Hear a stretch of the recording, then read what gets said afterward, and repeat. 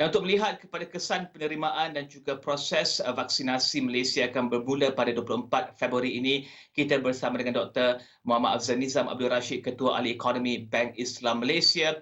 Doktor, melihat kepada susulan pengucupan pada suku keempat, kadar pengangguran yang kekal pada 4.8% dan perbelanjaan di isi rumah yang menurun, bagaimanakah sentimen perniagaan pengguna dapat ditingkatkan dengan penerimaan vaksin ini, melihat kepada penerimaan vaksin dan juga melihat kepada proses vaksinasi lebih awal, adakah ini akan bantu KDNK suku pertama berbaki 1 bulan lagi pada Mac ini?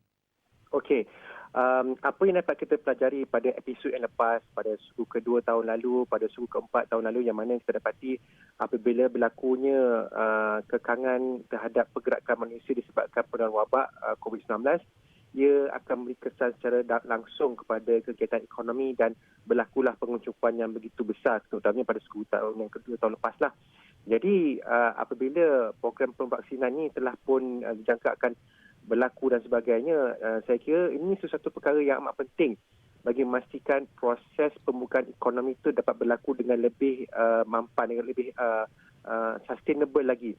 Kerana apabila ramai rakyat Malaysia mendapat vaksin, jadi jawabnya keluk jangkitan penularan wabak COVID-19 ini dapat dirasakan dengan serendah-rendahnya, dan ini memungkinkan untuk kegiatan ekonomi seperti operasi perniagaan, seperti rakyat Malaysia yang ingin bekerja dan sebagainya dapat berlaku dengan lebih lancar lagi.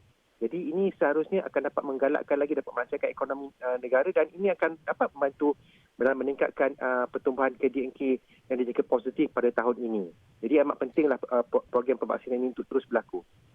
Dan doktor melihat adakah perniagaan bermula pada 24 Februari ataupun bermula pada Mac ini akan meningkatkan pelaburan mereka dan juga pengguna akan mungkin berbelanja lebih lagi. Adakah ini doktor jangkakan sentimen positif tersebut? Okey. Sememangnya program pemvaksinan ini memerlukan masa. Jadi secara realitinya kesan kepada ekonomi itu mungkin tidak secara immediate. Namun dari sudut sentimen, dari sudut keyakinan, ia seharusnya banyak membantu. Dan ini kita dapat lihat simptom ataupun petanda daripada pasaran saham, daripada pasaran mata wang dan sebagainya. Ia menunjukkan satu vote of confidence lah di dalam pasaran keuangan, yang mana situasi vaksin ini dijangka akan dapat membantu dalam membuka kegiatan ekonomi. Jadi saya kira dari sudut real economy itu mungkin secara realitinya masih lagi lambat untuk dibuka seiring dengan proses pemvaksinan itu. Namun langkah apa yang telah diumumkan berkenaan vaksin ini seharusnya banyak membantu dalam meningkatkan keyakinan. Jadi perlahan-lahan ekonomi akan bergerak seiring dengan program pemvaksinan, dan disusuli pula dengan bantuan-bantuan yang telah diberikan oleh kerajaan dari sudut ekonomi, baik daripada dasar fiskal, baik pada dasar monetary. Itu akan banyak membantu menyokong untuk menjadikan proses pemulihan ekonomi itu lebih berdaya saing pada masa akan datang. Dan ringkas doktor, adakah ini dijangka akan membantu untuk mencapai sasaran pertumbuhan KDNK yang ditetapkan oleh IMF dan juga Bank Negara diunjurkan oleh kedua organisasi tersebut? Saya melihat benda tu saya memang perkara berkenaan dengan situasi ekonomi pada tahun ini dijangka lebih baik pada tahun lepas lah. Namun dari sudut momentumnya, ianya hanya bergantung kepada proses perputaran ekonomi itu sendiri. Jadi saya kira dari segi sudut jangkaan ekonomi seperti 6.5 ke 7.5% tu banyak bergantung kepada berapa cepat ekonomi itu dapat bergerak. Sekiranya masih lagi kes masih lagi tinggi dan sebagainya, jadi ini bakal memberi kesan kepada momentum pemulihan ekonomi. Jadi kemungkinan untuk berlaku semakan semula terhadap unjuran yang dibuat sebelum ini sememangnya ada, kerana kita dapat lihat langkah seperti PKP masih lagi dilaksanakan sehingga 4 Mac di negeri-negeri yang utama, negeri-negeri yang banyak menyumbang kepada KDNK negara. Jadi kemungkinan untuk berlaku semakan itu memang sememangnya. Tapi secara umumnya ekonomi pada tahun 2021 ini dia lebih baik pada tahun lepas lah.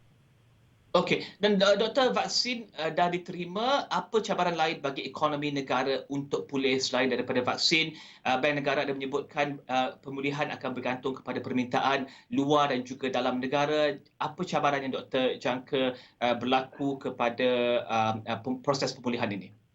Bagi saya cabaran utama adalah berkenaan vaksin itu sendiri. Sekarang ni vaksin dah jumpa dan kita dah pun dapat vaksin tu. Namun dari segi penerimaan masyarakat dan kita dapat lihat bukti-bukti di media-media sosial terdapat orang-orang yang meragui tentang keberkesanan dan sebagainya, kesan semingan dan sebagainya. Jadi saya rasa perlu ada suatu kempen kesedaran berkenaan keberkesanan vaksin ini. Jadi kalau benda ini tidak diurus, ia boleh menjejaskan apa kita nak mencapai imuniti berkelompok tu, sasarannya tu. Jadi untuk menggalakkan untuk mencapai sasaran imuniti berkelompok tu, saya kira kempen kesedaran berkenaan vaksin ini perlu dipertingkatkan, perlu diperhebatkan supaya tidak berlaku salah faham, kegusaran di kalangan masyarakat, supaya penerimaannya secara total. Jadi kalau itu berlaku, saya kira itu boleh banyak bantulah dalam proses pemulihan ekonomi. Paling ringkas Dr. kita ada lebih kurang seminit lagi Doktor. Bantu sektor, adakah ini bantu sektor pelancongan dan juga meningkatkan minat pelabur kepada ringgit? Paling ringkas Doktor. Okey, seharusnya saya kira ia banyak membantu dalam nilai ringgit dan pasaran saham. Dan terutamanya nilai ringgit lah sekarang ni pun dah meningkat banyak kan. Dan ianya seiring dengan pergerakan harga minyak dunia dan sebagainya. Jadi saya kira vaksin ni banyak memberi kesan positif kepada jangkaan ekonomi yang lebih baik daripada masa akan datang.